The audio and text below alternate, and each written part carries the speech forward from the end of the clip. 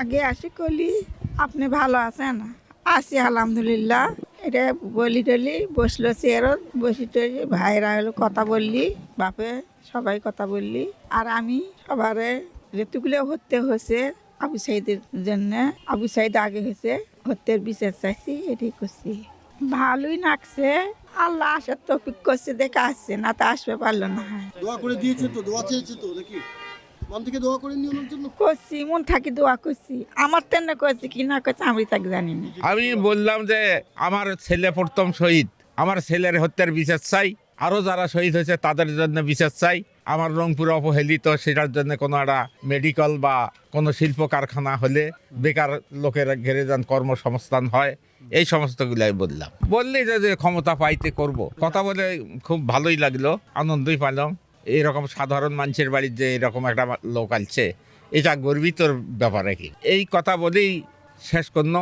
এখন আল্লাহ যদিকে ওনার যদি ক্ষমতা দেয় তা হয়তো বাস্তবায়ন করবে বলিছে। মানে উনিও তো এখন পাবলিক নয় কথা টাকা, উনি ক্ষমতা পাইলে করবি বিচার। উনি তো বিচার করার কোনো কৌশল পায় নাই, ওই জন্য করে নাই। এখন হয়তো ওনার দল ক্ষমতাত গেলে হয়তো বিচার করবি, এই কথাই প্রতিশ্রুতি দিয়ে। উনি আমাদের বাড়িতে আসলেন, আমাদের সঙ্গে বসলেন, সালাম দিলেন, সবার সঙ্গে ভালো মন্দ কথা বললেন এবং আমাদের ফ্যামিলি থেকে কিছু দাবি ছিল আমাদের এলাকার উন্নতির জন্য।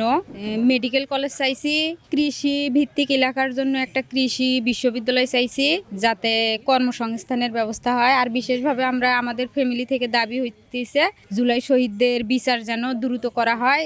যেসব হত্যার আমরা রায় শুনতেছি ওগুলো তো আমরা সন্তুষ্ট নয়, যেন ওটা সঠিক তদন্ত করে সঠিক বিচার করা হয়, প্রত্যেক আসামিকে ফাঁসির আওতায় আনা হয়, কোনো আসামি যেন ছাড় না পায়, এটাই আমরা ফ্যামিলি থেকে জোর দাবি জানাইছি তার কাছে। যদি উনি ক্ষমতায় যায়, আল্লাহ পাক যদি যায় বা আল্লাহ পাক যদি তাকে সম্মানের জায়গায় নিয়ে যায়, উনি সব কিছু পূরণের আশ্বাস করছে।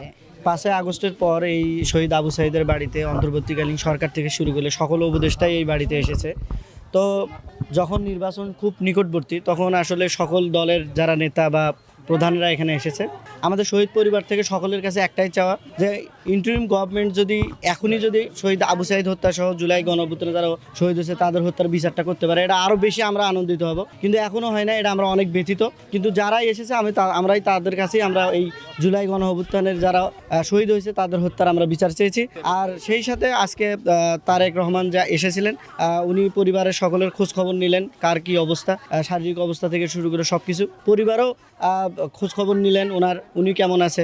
এবং সেই সাথে জুলাই গণঅভ্যুত্থানে যারা শহীদ হয়েছে তাদের হত্যার বিচারের কথা বললেন। যদি আল্লাহ পাক ওনাকে যদি ক্ষমতায় নিয়ে আসে তাহলে যেন এই বিচারটা উনি খুব দ্রুত তার সাথেই করে এবং জুলাইয়ের যে জুলাই যে মেসেজ দেয় এটা যেন জুলাইয়ের আকাঙ্ক্ষা যেন উনি ক্ষমতায় গেলে সেটা বাস্তবায়ন করে।